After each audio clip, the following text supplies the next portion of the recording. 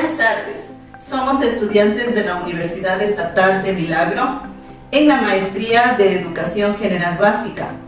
Vamos a realizar una entrevista relacionada con un estudio de caso para la materia de metodologías de interaprendizaje en la educación básica. Continuando con esta entrevista, tenemos al licenciado Jefferson Rojas, el cual nos ayudará en el tema en el desarrollo de las habilidades de argumentos críticos con los estudiantes que presentan dislexia de tercer año de educación general básica. Mi estimado Jefferson, un gusto. Queremos por favor que nos ayudes, que nos orientes en cuanto a esta temática a tratar. ¿Consideras tú que las actividades del aprendizaje en la construcción de nuevos conocimientos son adaptables o necesarias dentro del salón de clases? Sí, primero muy buenas tardes, gracias por darme la oportunidad en esta entrevista. En base a esta parte de la educación en el proceso argumentativo es muy importante porque a los niños de tercero de básica son aquellos que empiezan a forjar un pensamiento ideal para terminar de establecer los valores dentro de su pensamiento crítico. Pero también es importante no olvidarnos de aquellas personas que presentan dificultades, necesidades educativas especiales, como nuestros niños con dislexia. En ellos podemos trabajar de diferentes formas, diferentes parámetros en los cuales nosotros podamos sustentar este tipo de metodología que se ha realizado en el estudio de caso. En este estudio de caso hemos planteado muchas técnicas y muchas herramientas que permiten el aprendizaje significativo, pero yo creo que dentro de esta entrevista todas las preguntas a realizarse deberán estar enfocadas a la metacognición, recordando que la metacognición es el aprendizaje para la vida. Y sin olvidar que aquí involucramos a los padres de familia en este proceso educativo. ¿Con qué frecuencia tenemos que realizar estas actividades, tanto dentro del salón de clases como dentro del entorno familiar? Pues bien, estas actividades el docente deberá de trabajarlo mediante su planificación.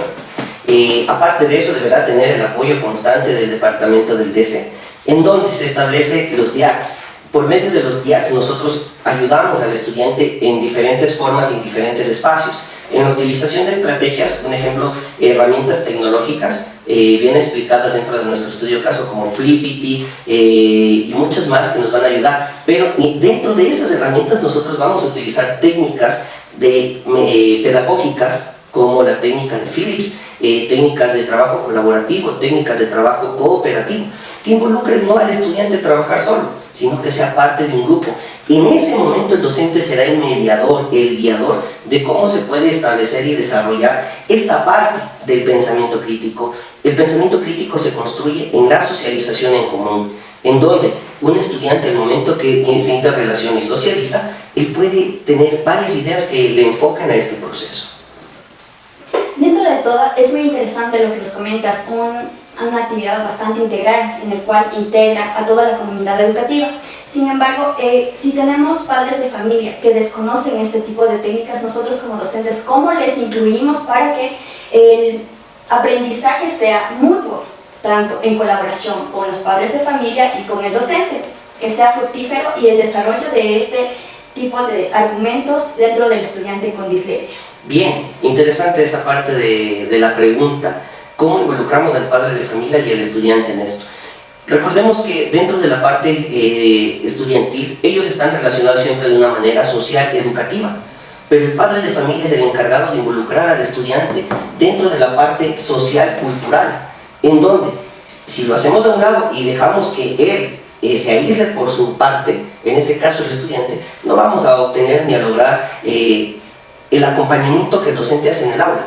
Deberíamos de siempre involucrar en trabajos socioculturales a los estudiantes para que su pensamiento involucre, es decir, yo me siento en la capacidad de ver esto, de referirme a esto y también de argumentar y criticarlo, sea de manera positiva o de manera negativa. Esa es la parte importante en donde el estudiante empieza a gestionar un pensamiento crítico, tomando en cuenta que de manera global los estudiantes pueden hacerlo, pero al tener un estudiante con necesidad educativa, en este caso con dislexia, se le va a retroceder un poco en su contexto. ¿Por qué? Porque él sabe su situación, su necesidad, pero no es parte de la sociedad del aislado, sino de incorporarlo como un ente común dentro del globo general. ¿Qué habilidades o capacidades debería tener un estudiante con dislexia para poder generar estos argumentos críticos? Las habilidades son muy importantes. dentro de estas habilidades que el estudiante va a tener, va a presentar, en primer lugar es el saber reconocer por experiencias propias de un tema en específico. Esa es una habilidad, el saber ya reconocer un tema. El segundo punto, después de analizar en base a las experiencias propias, saber qué ideas se genero en base a eso y después cómo las aplico. Como te había mencionado al inicio de esta entrevista, Marisa, es importante siempre enfocarlo todo a la metacognición, el aprendizaje para la vida. Y una habilidad es el desarrollo comunicativo. El proceso comunicativo que se dé en ese momento educativo es muy importante. ¿Por qué? Porque permitirá que el estudiante entienda un emisor, el receptor y su punto final es el mensaje. ¿Consideras que este acompañamiento se puede hacer transversal en todas las asignaturas que el estudiante tenga dentro del proceso de enseñanza-aprendizaje?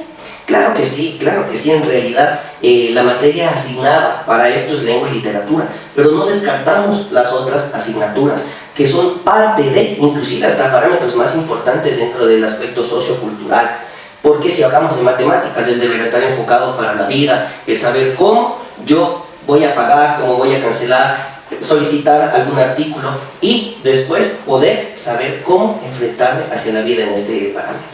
Agradecemos mucho tu conocimiento que nos has compartido en este día. Muchísimas gracias a todos.